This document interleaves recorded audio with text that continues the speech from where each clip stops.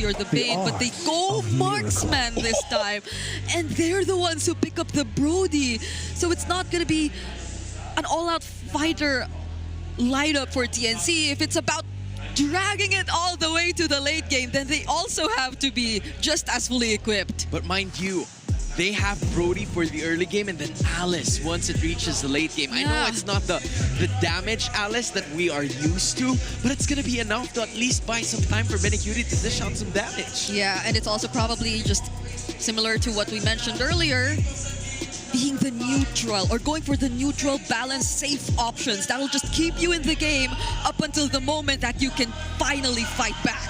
We have a lot of questions that will be answered in this game. A 14-match win streak for Aurora. The best finish for TNC since Season 9. Who will make history? Nice one, Leo. Go get him. You can hear the crowd here in the MPL Filipino Arena. It's 10:30 in the evening, and I'll tell you what, it's still jam-packed here. Who would have thought? Game 5 for this one, TNC, the 5th seed. It's still TNC in 5, man. Can they end it here, Leo? Who are we to doubt? The Phoenix Army. For years, they've been on the receiving end of heartbreak. And here, they might break the hearts of the thousands of Rora fans in attendance in the Cuneta Astrodome. Man, I'll tell you what, the way this draft went, there's shades of that new meta, there's shades of tricks up the sleeve, one of those being that Sicilian for UA. We talked about this a couple games ago, maybe a few games ago in the series even, that UA, one of the few players to bring out the Sicilian, had phenomenal stats on it last season, brought it out maybe once or twice, I think it was, in Season 16, and now we'll bring it out for Game 5 to potentially get them one step closer to M7 for them, staying in that upper bracket, or will be TNC with a massive upset already here, day 2 of the playoffs, if they can finish it off. Now, one thing that's been amazing for them is Zyda. Zyda has been locked in the jungle. I'll say this too, even Lancey and Chaknu, they've been working really well together on a lot of these setups in the early game. Chaknu alone, talk about a series for him. Yeah, he made missed a couple ultimates on the Grok when he had him, but he dealt with him. Lancey, okay. Ooh, early flicker spent on Lancey, and you don't need much connection to do that. You just need sheer mechanics, and Lancey's been on point. He has. Honestly, you got to give it up for the entire TNC, man. They have been on point as a team. Even 3mar doing work on different heroes throughout the series. Now he's getting his hands on the Alice. His first turtle's up, though. It is going to be started up by Demon Kite. It's going to be zoned out a little bit by Chaknu, so they're going to go ahead and capitalize on this while they're split up from the sides. Backline in control for TNC. They draw first blood on Light, but Demon Kite secures the turtle. Rora has had it with TNC zoning them out from these big objectives from the early all the way to the late. Rora said that's enough. That's enough, man, and they'll do it themselves as well. Maybe that's one of the reasons why Light picked up the Hylos here. You know, part of his job is going to go ahead and to be that, zone out what he can. I'm just a little worried if they don't control what we saw in the hands of Domain Kite, that Brody, this time around in the hands of Benicudi. I think Light might have some trouble. So what you have to rely on here is him and Edward in conjunction with even Domain Kite on the CC to help alleviate some of that pressure on Light's shoulders. I'm not as worried about that because, look at mid, you already mentioned a hot topic in this matchup. Aurora, they drafted a Sicilian into the hands of Yue. That's his Excalibur, man. That might be enough. Like, that's the mythical pick. It might be enough to help Light out. I think even so, our panel mentioned the same thoughts here, Leo. It was like, if they get to the late game, that's what Sicilian is, man. Like, he is that guy to get those stacks. And here's where I'd like to disagree, but just the same, ride that thought. It doesn't have to make it to the late game. Yue has played this hero and made it feel like it's the 18-minute mark with just about 2 items. That's true. Even alone with the claws alone are enough to kind of disrupt some of the composition ideas here for TNC with this one. Imagine a well-placed Gleam with a well-timed Ruin. And then you just get, what? With a Claw. I'm getting clawed. that's not what you want to have happen here. So for TNC, you'll have to see this lineup kind of come to fruition later on, and Rora as well. Ben Cutie just problem that torn apart memory. He does damage check Dome and Kite, but the rest of the team will center around the second turtle of the game. So not too much action leading into this. It's all about the objectives right now for both of these sides. Chaknu holding it with 3 Mar. They'll wait for Zyna to go ahead and make his way after getting the orange buff. Demon Kite's here, so he's actually going to take control of this. And now we'll see. I thought that Dome and Kite might even rotate down, but he doesn't want to leave Benny up there, so it looks like it's just going to be a turtle in the hands of Demon Kite. 2 for 2 now. Contrary to how TNT has been playing for a majority of the series, suddenly they're the ones who are behind a step or two. Aurora score another turtle for free this time. Conceal coming in from Chaknu. Zyda rides that wave. Hits that Mount Shocker already, throws just a charge shot, both still intact. Yep. Rora's doing well to, you know, back off when TNC wants to fight. I think they read him out. In a way, Leo, oh, whoa, 3 Mar jumps in. Chi plus the Throne of Ruin, no one home. They answer back with a glorious pathway. And of course, a Pat's Feast. And again, if it leads to nothing, I think that's an advantage for Aurora. They can just bide their time, lead up to when Sicilion is inevitable. When he has the stacks at that point, but this is the interesting thing too. Both sides now, we've seen it. It's this kind of engage, then disengage on both fronts for the lineups here. But all this led to Aurora putting pressure now up the top side. Benny Cutie might lose this turret here, so that tier 1 does go up top. Does Chaknu follow through with the unbreakable? They're gonna go for something. Mount Shocker out of a lot of them, and Edward goes down. He used his flicker to try and push them all back. Down goes Light to Yue. Pops that Bat's Feast to no avail. TNC read into Rora's tendencies. Great for the Phoenix Army. Great answer. Again, it was starting to build up in the gold lead for Rora. TNC just took that and took the tier 1 turret as well. Might even take this purple buff. Again, there's a push down bottom, at least trying to make something happen, but TNC, they don't get the purple buff, so that'll still be there for Demon Kite. But what TNC is doing is they're playing smart, man. They're playing to the strengths that they have here. Ooh, even for Zyna, again, it looks like, yeah, so he'll get his purple. And they're setting things up. Did you see that, Joseph? What's that?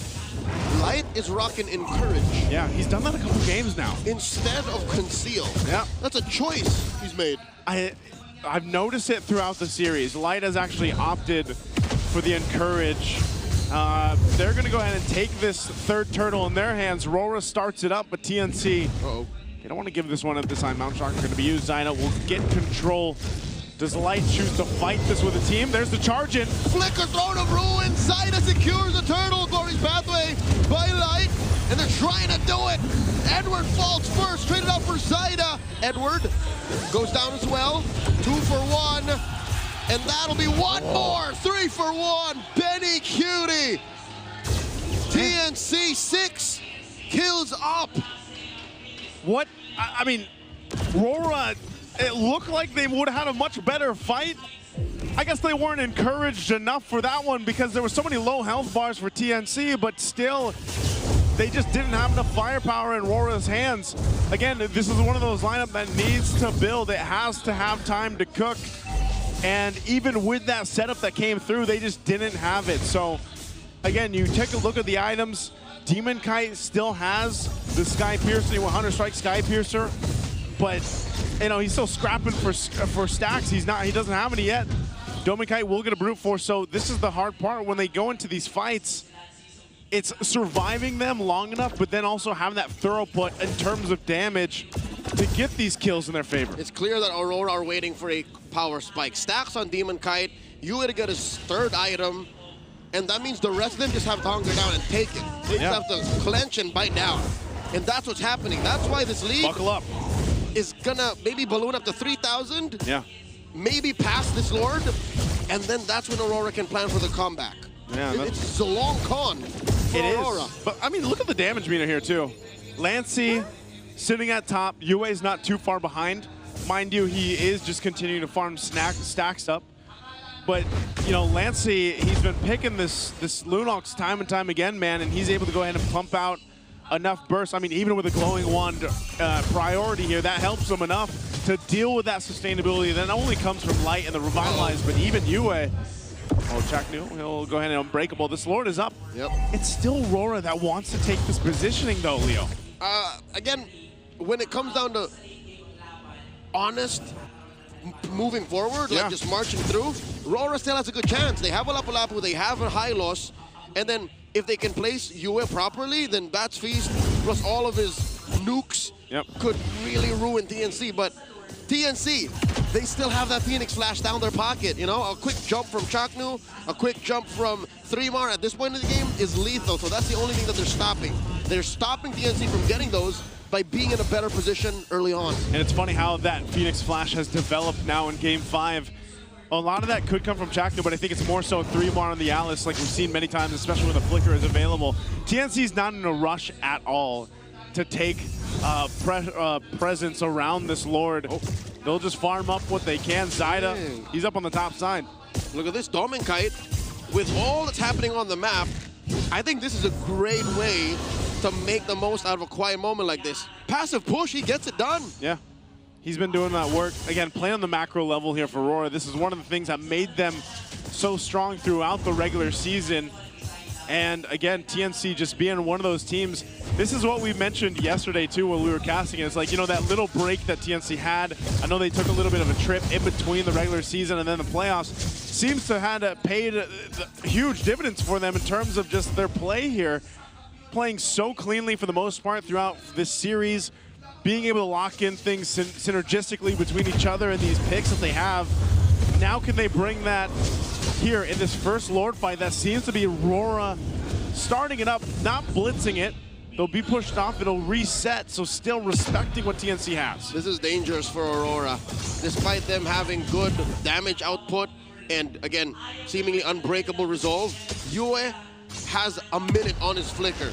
If he dies now, say goodbye to late game scaling. You're gonna have to delay that for another 2 or 3 minutes. Yeah. So they have to be very careful. That's why he's so far off. He's got to play that backside just safe as he can. Chaknu's going to charge on in after the claws didn't connect, but he doesn't get the Unbreakable off either. Still holding on to Revitalize, same for Light. It'll be both junglers just go ahead and setting things up. That purple's almost up for Demon Kite.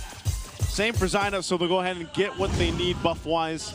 Zyda having a little bit of lead, knows that Demon Kite's grabbing his, will start up this Lord. This is a moment for TNC to get the space they need now at this point. Keep an eye on Chaknu. What's he going to do? Light will spot them out. Even for 3mar. Again, he's done this time and time again with Yalis. He could be the surprise factor, but Chaknu's still at half health. He'll reset. These checks aren't for free. Chaknu feigning the recall here, holding this fence brush. It's not for free. Aurora knows that they can keep pressing these buttons and keep threatening a blitz from out of nowhere while this dance continues. What does this get? I mean, who is this delay working better Rora. for? I'll tell you now, Rora. Because Yue? Yeah, because Just Yue. stacks on stacks? Because Demon Kite, because he moves a little faster on the map compared to Zyda, and that's why TNC, the only thing that they're holding on to is a Mount Chakra. Look at this, the Blitz coming through, a Flicker, a Gleam. No one home for that throne. The Lord goes over to Aurora, down goes 3mar. Oh no, Benny's in trouble. Kite wreaking havoc into the back line. Pops that vengeance. Ben Cutie with that Thornborn memory. Kite still alive. Zyda thinking twice, maybe he can, maybe he shouldn't. Down he goes. Edward gets the kill in the back line. Chaknu, they have overextended. The Mamba finds no one. As Zyda falls, so does Benny. Lancy served up a kill to Light with the help of Yue. And it's all gone awry. Chaknu, the only one left. Dominkite going hunting. Oh, he finds Chaknu. The Mamba's gonna have to fold. A wipeout for the Northern Lights. It was a disciplined fight. It took some time, but man, Rora showcased what's made them so strong in Season 16. This could be the end here. They're pushing in with the Lord. They're all here. All 5 members.